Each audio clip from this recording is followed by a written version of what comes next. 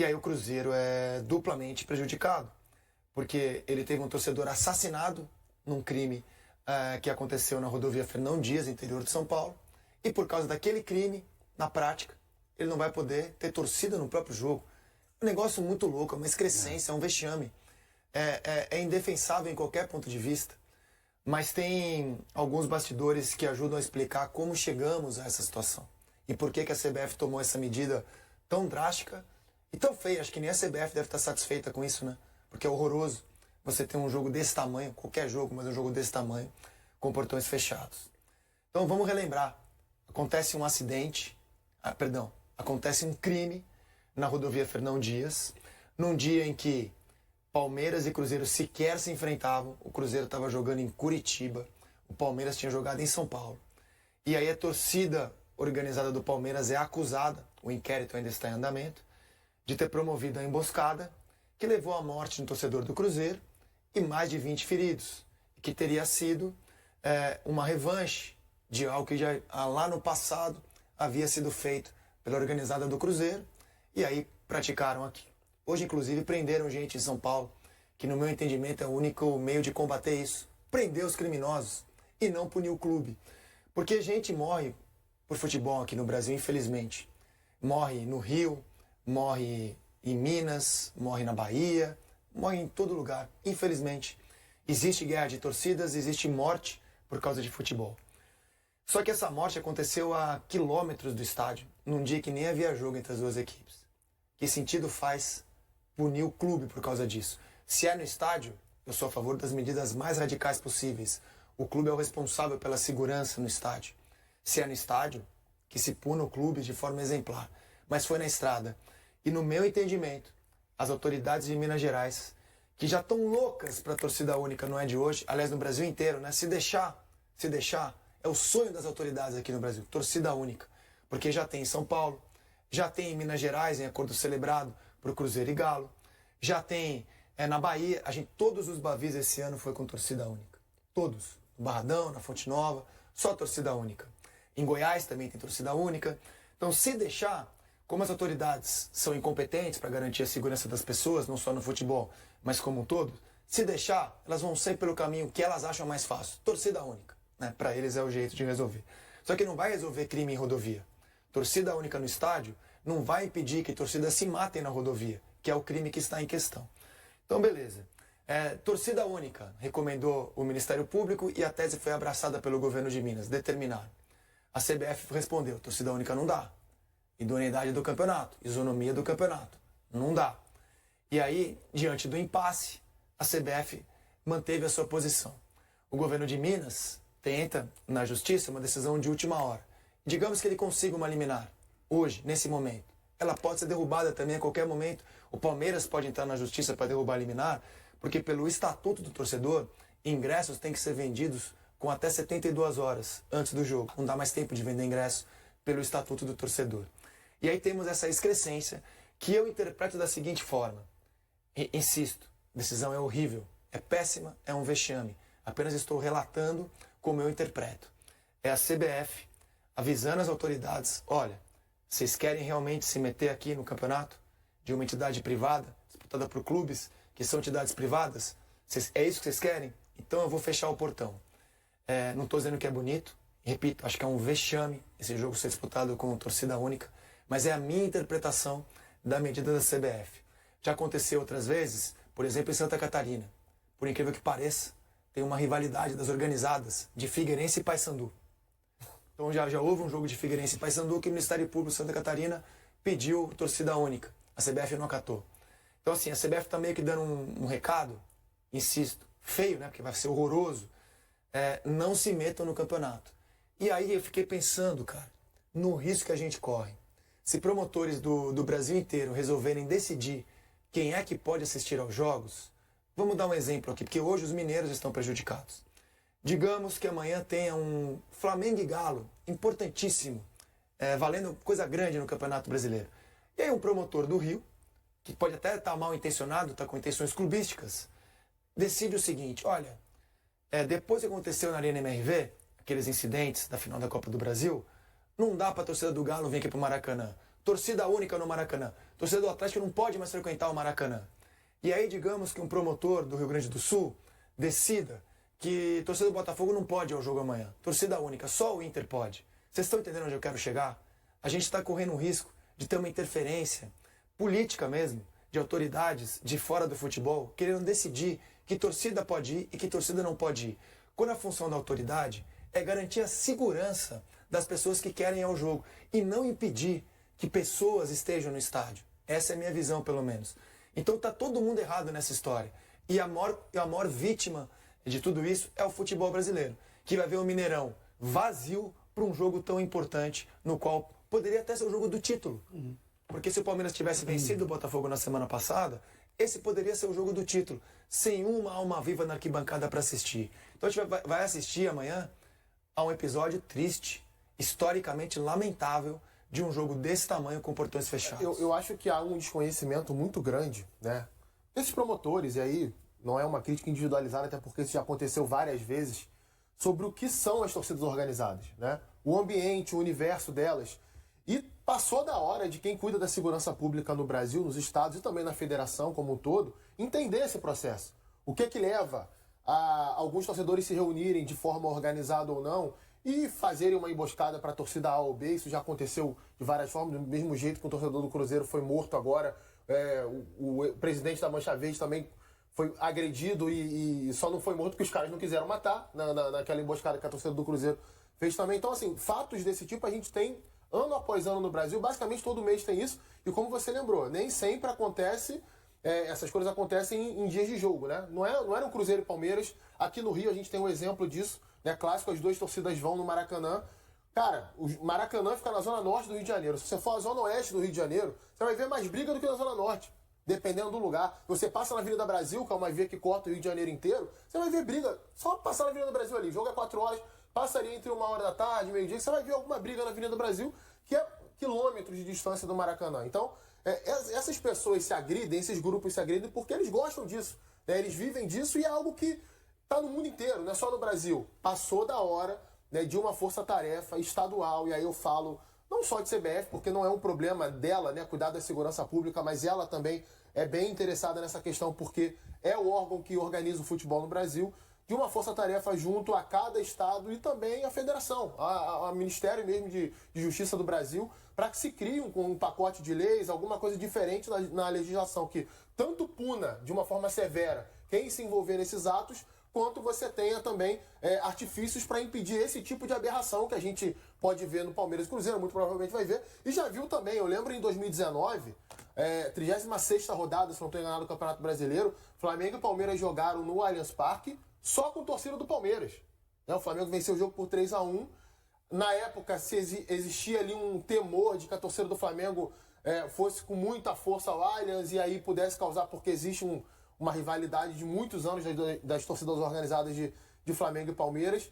E naquela época, tudo bem, a gente não pode cobrar porque são diretorias diferentes. Naquela época a CBF lavou as mãos também. E teve o jogo, com uma torcida só, e inclusive envolvendo o Palmeiras, que seria o grande prejudicado dessa vez, que também tinha uma outra diretoria, não dá pra gente cobrar a mesma postura agora. Mas enfim, eu acho que é triste e assim, é a vitória da violência. A gente vive num país violento, né? A gente, independente de futebol, a gente sabe que tem um lugar que a gente não pode ir em determinado horário, a gente tem lugar que a gente não pode passar com o vidro do carro abaixado, tem lugar que a gente pode ficar olhando o celular, esperando no ponto de ônibus, porque sabe que vai ser assaltado ali. E o futebol é um reflexo disso, de uma sociedade violenta.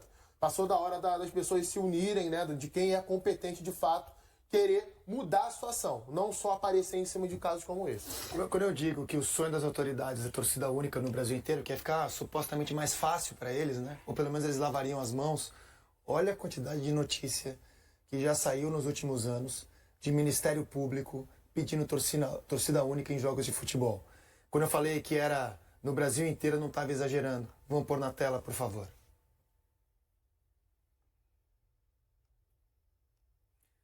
Clássico Avaí Figueirense, torcida única em 2024. Após a recomendação do MP, Goiás e Corinthians, torcida única. MP confirma torcida única para jogo entre Atlético Paranaense e Cruzeiro na Copa do Brasil. Em 2018. 2018 também, MP recomenda torcida única nos Bavis, na fase final do Baiano. 2016, clássicos no estado de São Paulo terão torcida única até o fim desse ano e está essa recomendação existe até hoje. Então aconteceu de o Corinthians ganhar o Campeonato Paulista em cima do Palmeiras e não tinha um corintiano no estádio. Um. Aconteceu do Luciano marcar um gol contra o Corinthians, o jogo da ida, da semi da Copa do Brasil, não tinha onde comemorar. Ele fez uma comemoração e tomou cartão amarelo, porque você não pode comemorar diante do torcedor rival. Ora, não tem torcedor seu. Você não pode comemorar com o rival. Vai comemorar com quem? Exatamente. Então, assim, isso pra mim é o fim do futebol. É a banalização da medida que mais espanta a gente. Exatamente. Né? Porque ela, como medida de exceção, em algumas situações ela faz algum sentido. Principalmente quando ela é tomada dentro da justiça desportiva a partir do que acontece dentro dos estádios de futebol. O Ministério Público acaba interferindo pela amplitude que toma, né, esse tipo de situação, pelo fato de também sair dos estádios, pelo fato de ter uma dimensão de segurança pública que talvez exija do Ministério Público uma ação um pouco mais firme. Não tem nada de errado. O problema é a banalização disso e a gente transformar isso em... rotina. E até em uma forma, em uma O estratégia... Vitória foi campeão esse ano na Fonte Nova, não tinha um torcedor do Vitória para comemorar o título, cara. Não, é uma estratégia para descarregar, e eu entendo que a segurança pública brasileira esteja sobrecarregada, mas de você tirar um pouco da responsabilidade, de você tirar o peso do trabalho. Segurança pública dá trabalho, futebol é um evento de 40, 50, 80 mil pessoas, dá trabalho. Agora... você precisa ter trabalho, a segurança pública está aí para isso, para nos garantir momentos de lazer, para nos garantir acesso a esses espetáculos, para nos garantir segurança, distanciamento, organização. A segurança pública precisa fazer parte disso. Isso não tem como ser privatizado. O episódio em Joinville envolvendo Vasco e Atlético Paranaense anos atrás, quando se tentou privatizar a segurança dentro dos estádios, né? Quando você, né? Não dá, cara. A gente precisa da autoridade pública, a gente precisa do poder público, precisa da presença do policial, precisa da organização de trânsito, precisa da segurança nas periferias, um pouco mais distante, da inteligência da polícia. É fundamental que o poder público esteja envolvido com isso. O Ministério Público não vai estar alheio nunca a esse processo. O problema é a banalização. E várias coisas a justiça desportiva poderia resolver, não precisava chegar até o Ministério Público. É a minha interpretação da medida do remédio amargo e feio que a CBF decidiu tomar, feio para o campeonato, feio para a história do futebol brasileiro, que é o Mineirão sem torcida. Aliás, o primeiro jogo que eu comentei na vida foi um jogo sem torcida. Era um estádio fechado. É estranho demais, né? É estranho demais. É estranho demais. Jogar então, Rizé, com o estádio fechado. Horrível. Parece horrível. uma pelada de fim de ano. Exato. Porque você não tem... Tira o sentido do futebol. Exatamente. Se falha houve naquele dia fatídico em que um torcedor do Cruzeiro foi morto na emboscada criminosa praticada por palmeirenses, é que esse foi um crime planejado, com uma operação, né, que levou dezenas de pessoas a uma rodovia federal e a inteligência policial, as autoridades de São Paulo, não conseguiram prever e impedir um crime que foi planejado com uma boa antecedência para aquilo acontecer. E era esperado que fosse acontecer, porque diante da emboscada feita pela torcida do Cruzeiro, a torcida do Palmeiras, 2022 que aconteceu? 22 ou 23? Não lembro exatamente o ano. É óbvio que ia ter um revide. Isso é histórico nas torcidas organizadas. Quem conhece um pouquinho disso sabe disso, né? No âmbito estadual, no âmbito nacional, sempre que há uma emboscada em que, na linguagem dela, isso toma um prejuízo, você sabe que te botaram para correr, ou pegaram alguém, roubaram camisa, né? Hoje com a rede social, então, isso está cada vez mais público, né? Antigamente não tinha isso.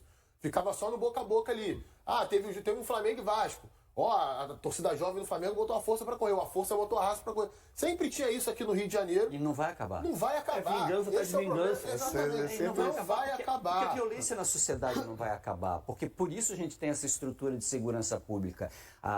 Se fala muito em enxugar gelo. Segurança pública é enxugar gelo. Amanhã vai ter crime, hoje tem crime, daqui a pouco. E você falou precisa uma palavra que é perfeita, inteligência. Isso aí tem inteligência. No futebol, você não pode ir pela medida mais simples, como na sociedade não é possível. Complexidade do futebol precisa ser respeitada e você precisa ter essa inteligência à disposição do futebol. A melhor maneira de se combater crime é preveni-los. E, obviamente, faltou inteligência policial ali para prever a situação que aconteceu na rodovia Fernão Dias e que, insisto, foi um deslocamento de dezenas de pessoas indo encontrar o ônibus que vinha de Curitiba. E aquilo não foi previsto pelas autoridades das forças de segurança em São Paulo. E a torcida única hoje era uma atitude preguiçosa. Preguiçosa. Sabe? De quem não quer ter problema, deixa só uma torcida. Até porque a Mancha, que é acusada daquele crime, já está proibida de entrar nos estados de Minas Gerais. A Mancha já está proibida. Então, assim, na É Inglaterra... uma outra coisa também, Zé, que não tem muito efeito, não. Sim. Porque se você, exatamente. Você proíbe Ok. a torcida organizada de ir, mas e os elementos da torcida organizada? Perfeito. Mas é Eles uma vão. medida, né? Perfeito. Mas ela não tem funcionalidade. Na minha Ela não tem opinião, eficácia. A não ser que você consiga efetivamente Identificar os integrantes. né, proibir os CPFs de frequentar isso estádios. E na Inglaterra existe uma polícia especializada em hooliganismo. É uma força policial brilhante. Ela é especializada nisso, ela está sempre monitorando movimentos de hooligans. Aqui há também um setor das polícias, mas a gente é um país terceiro mundo, a estrutura é precária e assim, eu sei que não se trabalha com as melhores condições. E eu acho que a gente precisa começar a rever isso, porque os crimes acontecem e uma inteligência policial poderia ter evitado a morte daquele torcedor do Cruzeiro. Como não foi possível evitá-la, a Polícia de São Paulo hoje está trabalhando para prender os responsáveis. E hoje, em uma operação realizada, nessa terça-feira, a Polícia Civil prendeu palmeirenses acusados de participar dessa emboscada com os torcedores do Cruzeiro. Policiais ainda buscam cumprir outros 3 mandatos de prisão temporária contra integrantes da torcida organizada Mancha Verde do Palmeiras, né? Então a gente teve a prisão já de torcedores hoje, foram 10 torcedores do Palmeiras. No total, a Justiça decretou as prisões temporárias de 20 palmeirenses. Hoje, 10 deles foram algemados, né, suspeitos de cometerem aquela emboscada criminosa. Zé, por que eu citei a questão da força-tarefa, né, nacional em torno disso, até para se mudar a legislação nesse tipo de crime, para ter penas mais duras de fato? Eu sei que isso é uma questão muito maior, que envolve, né, outros poderes, mas o futebol é algo que envolve tanta paixão no Brasil, tanto dinheiro no Brasil, é tão importante para uma parcela tão grande da população, que esse tipo de coisa deveria acontecer. Porque, tudo bem, os caras foram presos, a polícia foi lá, fez o trabalho dela agora, né, de identificar, punir e prender. Será que daqui a um ano esses caras vão estar soltos? Ou, é claro, vai ter agora uma apuração do que realmente aconteceu, quem teve cada tipo de participação, quem planejou, quem executou, e as penas são diferentes em cima disso. Isso vai além do futebol. Vai além do futebol, é por isso, não, a gente está falando de uma questão aqui, Olino, que não é de futebol simplesmente, né? Sim. Futebol é um fragmento importante da sociedade, sobretudo no Brasil, mas ele envolve emprego para muita gente, ele envolve muito dinheiro, ele envolve esse tipo de episódio de violência que não é de hoje, e como vocês falaram, não vai acabar agora, ele vai continuar acontecendo. E aí o que a gente vai fazer? A gente vai ficar de braço cruzado esperando? Ou daqui a um ano os caras que se envolveram nisso estarem no estádio de novo, viajando novamente para ver o time jogar em outro estado, talvez fazer a mesma coisa? E aí eu não estou falando especificamente de torcida do Palmeiras, não. Isso acontece, gente, com várias torcidas ao redor do país, inclusive com torcidas que não têm clubes com clubes que não têm torcida de massa, né? Que não tem torcidas nacionais. Isso acontece no âmbito estadual também. Há poucas semanas atrás aí, teve uma briga na 3ª ou 4ª divisão do Campeonato Carioca, né, de emboscada de torcedores de um clube contra outro. Sabe, acontece porque a gente vive uma sociedade violenta e cada um desses caras ali tem um motivo diferente para se envolver nesse tipo de coisa, por mais que a gente não corrobore e não concorde. Eles têm que ser punidos em cima disso. Futebol vira pretexto, né? Vira pretexto. É uma desculpa, é isso. Se você pega individualmente, provavelmente esses caras não vão ter essa postura agressiva, violenta. Coloca em grupo no estádio, coloca em grupo indo para um jogo. Geralmente tem. Né? E isso tem que ser estudado, isso tem que ser mais bem planejado para evitar que coisas assim aconteçam. Quem vai a estádio há muito tempo sabe muito bem disso. Né? Eu frequentava estádio no Rio de Janeiro, morava em São Gonçalo. E tinha que pegar ônibus, atravessar a ponte Rio-Niterói. E, cara, dia de clássico, você fazer o sinal da cruz quando você chega em casa. Porque você sabe que pode ter tiro dentro do ônibus, pode ter correria na saída do estádio, ou dentro do estádio, antigamente no Maracanã tinha muito, hoje em dia tem menos. E eu tenho certeza que a realidade que eu vivi quando eu era adolescente e estava entrando no início da minha fase adulta, muita gente vive até hoje. Né? É impedido de ir para o estádio com a camisa do seu clube de coração, porque se bater de frente com um bonde de 15, 20 da outra torcida, os caras vão te esculachar, vão te enfiar a porrada, vão tirar a tua camisa, vão te roubar, é assim que acontece. E esse tipo de coisa tem que acabar. São criminosos que usam o futebol como pretexto para cometer os crimes, né? É exatamente isso que acontece hoje no Brasil em relação a essas torcidas organizadas, né? Quando acontece esse tipo de violência, de emboscada, enfim. A gente vai agora ao Mineirão, que amanhã estará silenciado, vazio, numa cena deprimente. A gente vai agora ao Mineirão conversar com o repórter Rodrigo. Vai estar assim, ó, Mineirão. Vai estar assim, ó. Sem ninguém lá, para ver um jogo tão importante. E o Rodrigo conta pra gente as últimas informações que vem de Minas Gerais sobre o fato. Bem-vindo à seleção, Rodrigo. Oi, Rizek. Boa tarde para você, Lino, Coutinho, Ramon e a você também que acompanha o Seleção Sport TV.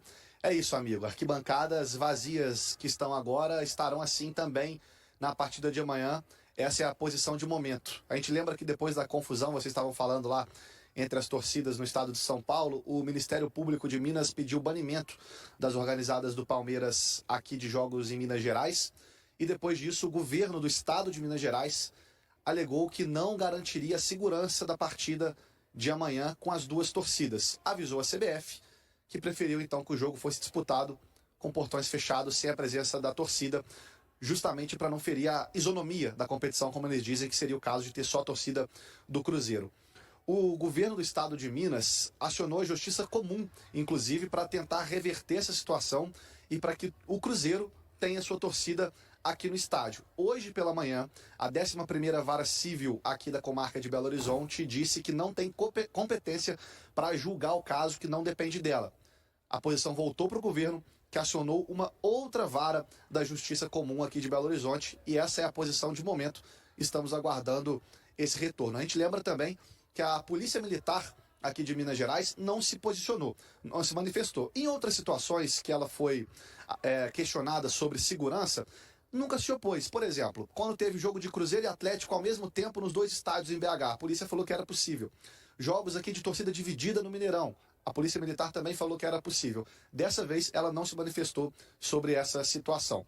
Já o time do Cruzeiro pressiona desde a semana passada o governo do estado, conversa com o governo para que o governo libere as duas torcidas, garanta a segurança, o que também ainda não aconteceu. A gente lembra também que o Estatuto do Torcedor, ele diz que os ingressos têm que ser comercializados 48 horas antes do jogo, ou seja, ontem à noite era o prazo limite para isso.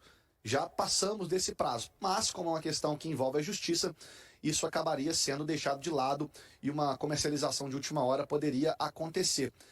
Afeta inclusive o próprio Mineirão. O estádio está tendo um problema também porque não contratou os funcionários ainda, não comprou os alimentos, as bebidas que precisa comprar para oferecer um jogo com presença de público, claro. Então todo mundo vivendo essa expectativa dessa posição final. Por agora, a posição mesmo é de jogo sem torcida na partida de amanhã à noite por aqui. Rizek. Rodrigo, ótimas informações, muito obrigado. E agora eu quero falar um pouco, porque vai ter jogo, né? Horrível nesse cenário, mas vai ter um jogo ali, bem atrás do Rodrigo. Como é que você vê o momento do Cruzeiro, meu caro? Visando ao jogo de amanhã, o Cruzeiro ainda sonhando com Libertadores. Aliás, o único time de Minas que ainda pode jogar Libertadores do ano que vem.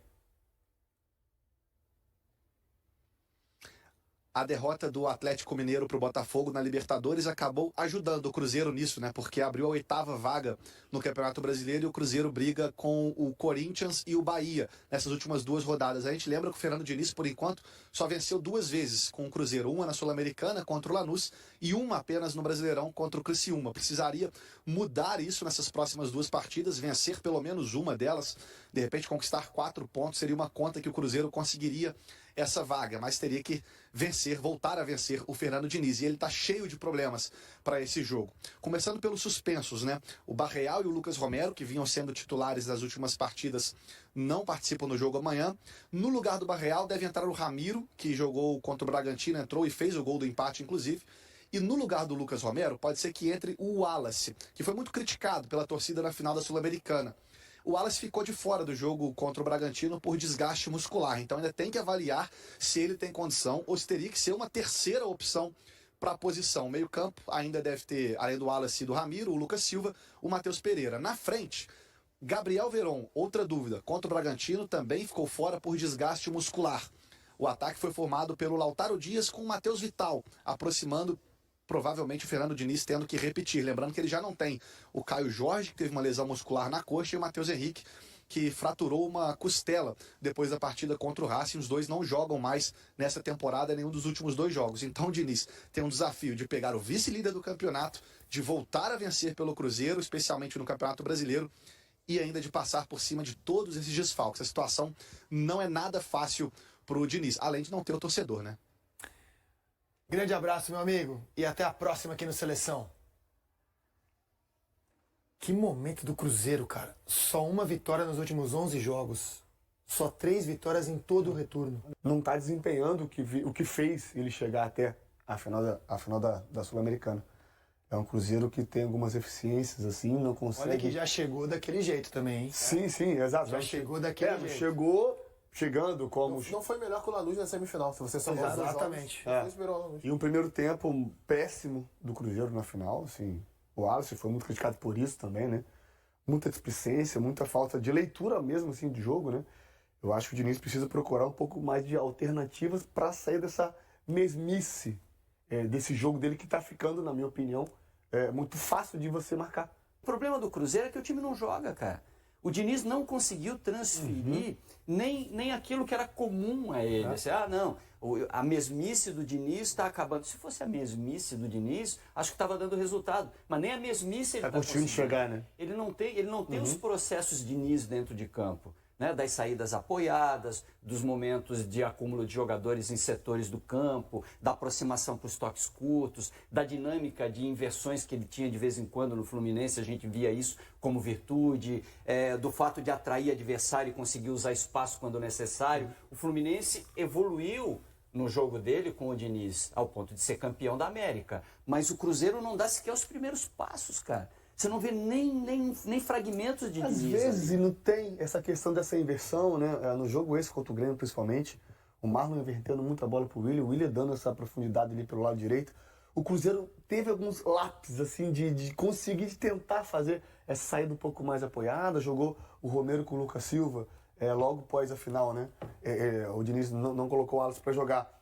Então, assim, mas assim, muito pouco, mas não tem regularidade, pro elenco que tem. Não se mantém por muito tempo. Por isso que eu achei que o Cruzeiro fosse render mais. Até quando veio o Diniz pro Cruzeiro, né?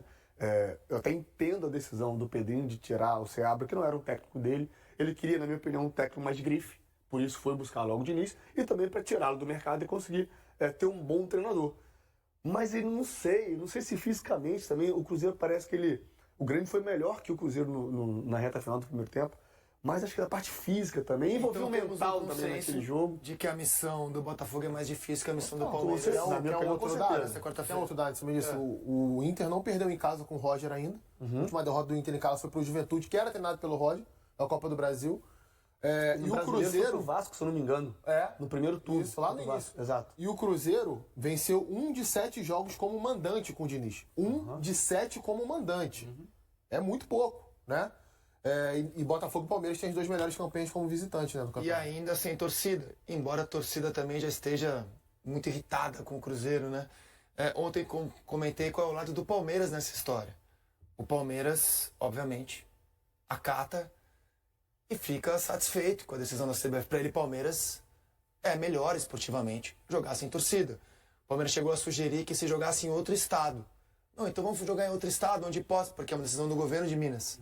Onde possa ter torcida.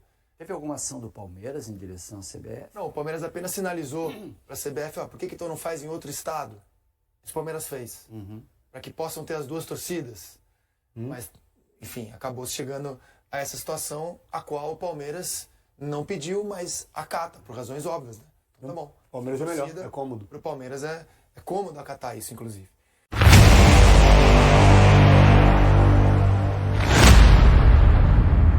Visando fortalecer o elenco para a temporada 2025, o Cruzeiro intensificou as buscas por um zagueiro experiente no mercado sul-americano. O clube busca um atleta que tenha rodagem em competições continentais e que possa chegar para ser titular. A diretoria celeste entende que a experiência e a qualidade técnica são fundamentais para garantir a solidez defensiva da equipe. Com o levantamento de possíveis alvos em andamento, o Cruzeiro monitora de perto as principais ligas do continente. A expectativa é encontrar um jogador que se adapte rapidamente ao estilo de jogo da equipe e que possa contribuir para o alcance dos objetivos da temporada. E aí, galera? O que acharam? Deixe nos comentários. Não se esqueçam de deixar o like e de se inscreverem no canal e ativar o sininho para receber as notificações. Até mais, Nação Celeste! Vamos pra frente!